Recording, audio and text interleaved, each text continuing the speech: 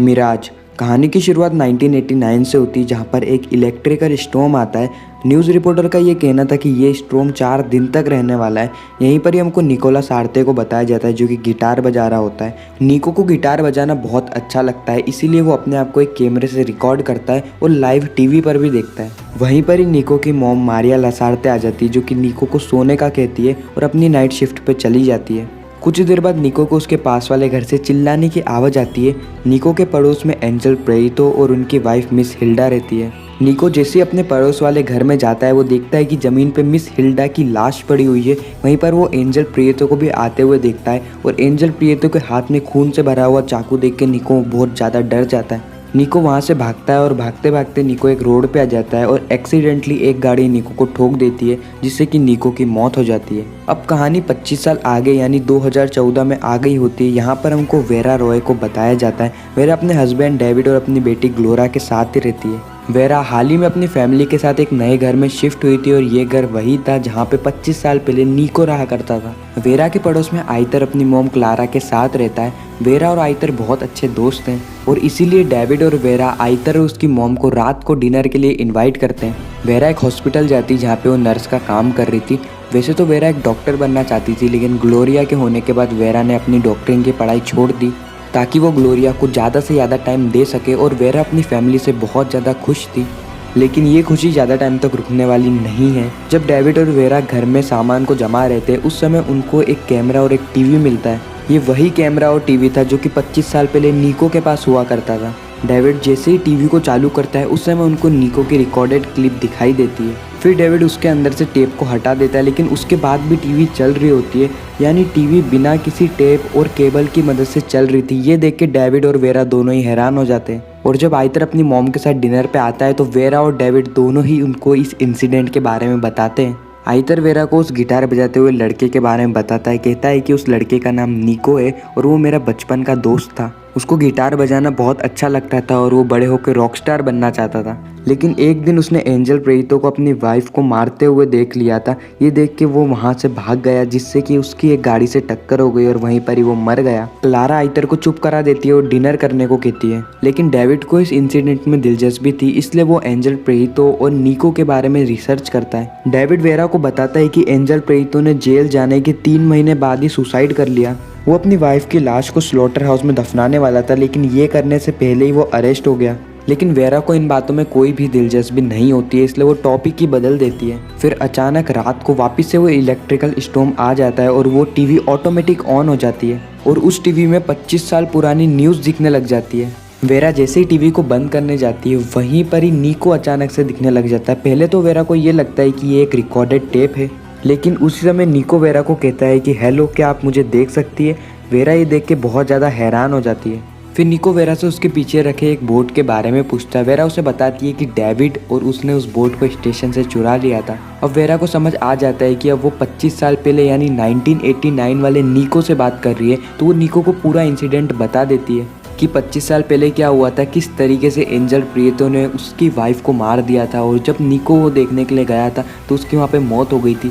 निको वेरा की बात नहीं मानता है, इसलिए वेरा निको की वो रिपोर्ट बताती है जो कि अगले दिन न्यूज़पेपर में छपी थी कि किस तरीके से निको की डेथ हो गई थी। निको को अभी भी वेरा की बातों का यकीन नहीं हो रहा था। निको को ये सब एक ट्रिक लग रही थी। वेरा निको को कहती है कि मुझे पता है कि कल क्या होने वाला है। कल स्कूल के क्लॉक पर बिजली गिरने के कारण स्कूल की पावर चली जाएगी और 4 दिन तक स्कूल बंद रहेगा।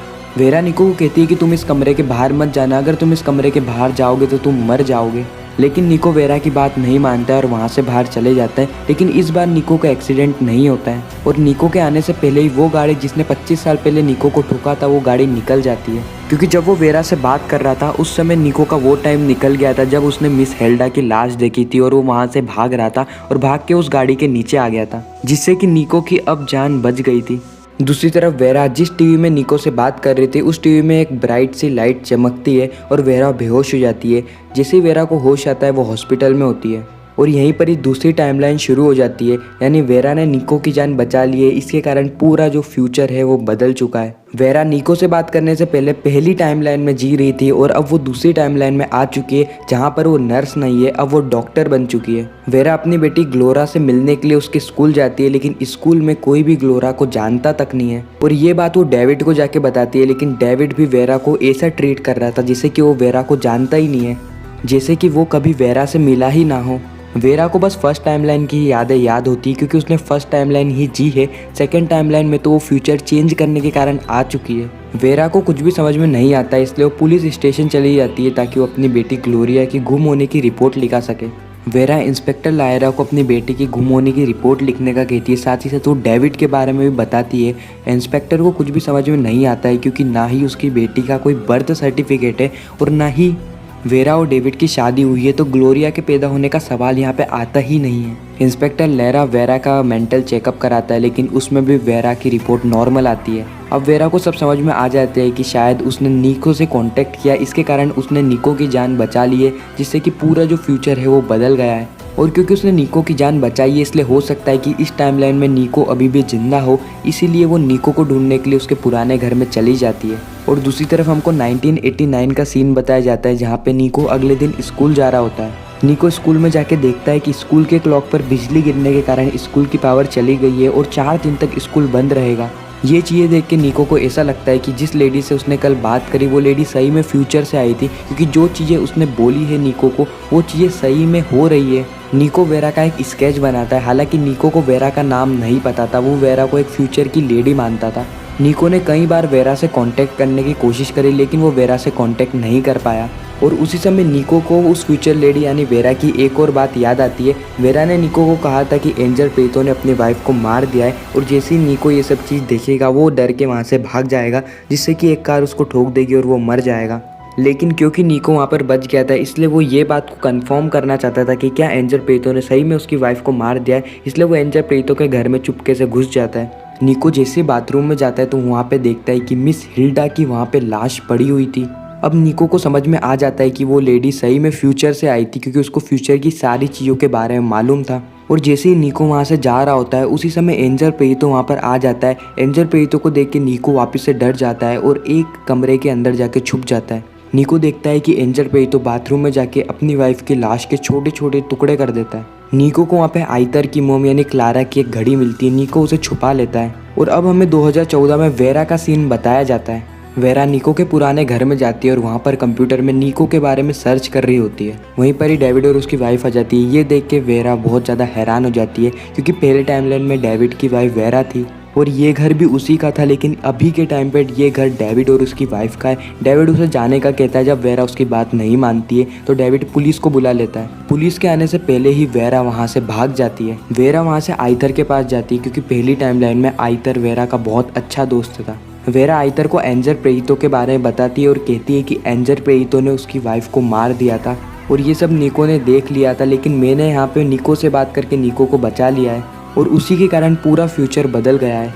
वेरा की बातें आइतर को कुछ भी समझ में नहीं आती, क्योंकि सेकंड टाइमलाइन में आइतर वेरा से कभी मिला ही नहीं था। आइतर वेरा को कहता है कि एंजल प्रेतो ने किसी को भी नहीं मारा है और वो उसकी मॉम के साथ 20 साल से रह रहे हैं। इतना कह के आइतर को बहुत ज़्यादा गुस्सा आ जाता है और आइतर वहाँ से चला जाता है। वेरा के साथ जो कुछ भी हो रहा था ये सबसे वेरा बहुत ज़्यादा कंफ्यूज हो गई थी। और एयरपोर्ट में लगे टीवी में वेरा देखती है कि एक ऑथर ने एक बुक लिखी है जिसका नाम है मिराज। उस बुक के अंदर निकोला सार्ते नाम के एक लड़के के बारे में बताया है, जिसने एक बार एक फ्यूचर लेडी से बात करी थी और उस फ्यूचर लेडी ने निकोला सार्ते को एक मर्डर के बारे में बताया था। अब वेरा और भी ज़्यादा हैरान हो जाती है और इस बार वेरा के सामने वो इंस्पेक्टर वापस से आ जाता है। वेरा उस इंस्पेक्टर को सारी चीज़ें बताती है और कहती है कि इस बुक में जिस फ्यूचर लेडी के बारे में बात किया गया है वो फ्यूचर लेडी मैं ही हूँ। और निकोला सार्ते को ढूंढने के लिए वेरा और इंस्पेक्टर लेरा दोनों ही उस ऑथर के पास जाते हैं जिन्होंने मिराज नाम की एक बुक लिखी थी। ऑथर वेरा से कहती है कि ये कहानी उसे निकोला सार्ते की माँ मारिया लसार्ते ने बताई थी और क्योंकि उसको ये स्टोरी बहुत ही ज़्यादा इंटरेस्टिंग लगी इसलिए उसने इस स्टोरी पे एक पूरी नॉवेल लिख दी। वेरा ऑथर से कहती है कि क्या आप मुझे मारिया लसार्ते का एड्रेस बता सकती है, तो ऑथर कहती है कि मुझे नहीं मालूम, क्योंकि मारिया लसार्ते बस ऑथर से एक चीज़ पूछने आई थी कि क्या वैसा तूफान वापस से आ सकता है जिससे कि वो अपने बेटे निकोला सार्ते की बात उस फ्यूचर लेडी से करा सके। ऑथर वेरा को कहती है कि ऐसा भी हो सकता है कि वो मारिया की इमेजिनेशन हो, हेलोसिनेशन हो, कि उसका कोई बेटा भी था जिसका नाम निकोलस आर्थे था और उसने एक फ्यूचर लेडी से बात करी थी। लेकिन वेरा उसे हेलोसिनेशन नहीं मानती क्योंकि वो फ्यूचर लेडी खुद वेरा ही थी और वेरा असल में एग्जिस्ट भी करती है। वेरा ऑथर से पूछती है कि क्या आप बता सकती है कि मैं किस तरीके से निकोलस आर्थे से वापस से कांटेक्ट कर सकती हूँ। ऑथर वेरा से कहती है कि अगर तुम्हें लगता है कि निकोलस आर्थे नाम का कोई बच्चा एग्जिस्ट भी करता है और अगर तुम्हें उससे कांटेक्ट करना है तो तुम्हें वही कैमरा वही टीवी चाहिए रहेगा। तो इन दोनों चीज़ से तुम निकोलस आर्थे से कांटेक्ट कर सकती हो, लेकिन एक बात ध्यान रखना कि ये इलेक्ट्रिक स्टॉर्म ख़त्म होने से पहले ही तुम उससे कांटेक्ट कर लो। और क्योंकि उस टाइम पे इलेक्ट्रिक स्टॉर्म भी चल रहा था और वो भी बस ख़त्म ही होने वाला था, इसीलिए वेरा उस कैमरा और उस टीवी को ढूंढने के लिए इंस्पेक्टर लहरा से मदद मांगती है। इंस्पेक्टर लहरा वेरा से कहता है कि मैं तुम्हारी मदद तो कर सकता हूँ, लेकिन पहले तुम्हें इस बात का प्रूफ देना होगा कि तुम ही वो फ्यूचर लेडी हो। वेरा थोड़ा सोचती है, फिर उसे पहली टाइमलाइन की डेविड की वो बात याद आती है जहाँ पर डेविड प्रेइतो के बारे में बता रहा था और कह रहा था कि प्रेइतो ने अपनी वाइफ का मर्डर कर दिया था। वो अपनी वाइफ की डेड बॉडी को स्लॉटर हाउस में दफनाने वाला था, लेकिन वो नहीं दफना पाया क्योंकि वो अरेस्ट हो गया था। वेरा ऐसा सोचती है कि इस टाइमलाइन में क्योंकि निको नहीं मरा है इसलिए एंजल प्रेइतो भी अरेस्ट नहीं हुआ होगा, इसलिए उसने अपनी वाइफ की डेड बॉडी को स्लॉटर हाउस में दफना दिया होगा। बाद में इंस्पेक्टर वहाँ पे चेक करता है और वहाँ पर ही उनको कुछ कंकाल मिलते हैं और ये कंकाल मिस हिल्डा के होते हैं और इसलिए इंस्पेक्टर लहरा समझ जाता है कि वेरा सही कह रही है। इंस्पेक्टर लहरा एक एड्रेस वेरा को देता है और कहता है कि इस जगह पर तुम्हारे सारे सवालों का तुम्हें जवाब मिल जाएगा और वहीं पर ही एंजल प्रेइतो और उसकी वाइफ क्लारा को अरेस्ट कर लिया जाता है। अब वेरा उस एड्रेस पे पहुंचती है। उस एड्रेस पे वेरा को निको नहीं मिलता, लेकिन वेरा को डेविड जरूर दिखता है और डेविड एक अलग लड़की के साथ वहाँ पर था और वो लड़की दूसरी टाइमलाइन में डेविड की वाइफ नहीं थी।